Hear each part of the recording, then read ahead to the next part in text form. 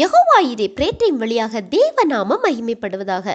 பிரியமானவர்களே, உங்களையும் வெல்கம் பண்ணுறேன். ஆண்டவரின் பிள்ளைகளான நாம அவரை நோக்கி ஜெபிக்கிறது, துதிக்கிறது, ஸ்தோத்திரம் பண்ணுறது, இவற்றிற்கு மேலா ஒரு வித்தியாசமான சிந்தனைக்கு போகலாமா? ஒருவரிடம் நாம் ஏசப்பாவை பற்றி சொல்லும்போது அவர்தான் உண்மையான தெய்வம் அல்லது அவர் எனக்காக ஜீவனை தந்தவர் இப்படி சொல்லுவோம்.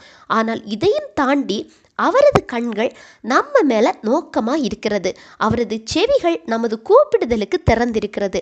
அப்படின்னா அவரது வாய் சங்கீதம் 33:9 பார்க்கும்போது அவர் சொல்ல ஆகும், அவர் கட்டளையிட நிற்கும்.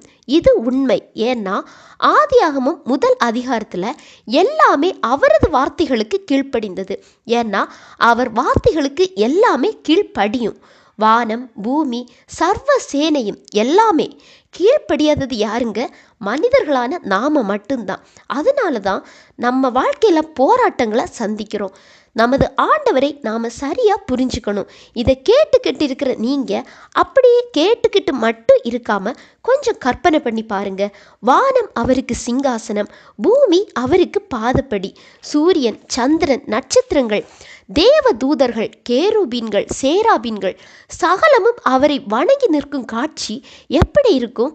எல்லாத்துக்கும் மேலே மகா பரிசுத்தமானவர், அவரை நம்புகிற நம்மை எல்லா இக்கட்டுக்கும் நீங்களாக்குகிறவர். இப்படிப்பட்ட ஆண்டவர் நமது ஜெபத்தை கேட்டு பதில் தந்து நம்மை நடத்துவது எவ்வளவு பெரிய காரியம்! இப்பேற்பட்ட ஆண்டவர் நமது பாடுகளை மாற்ற முடியாதா?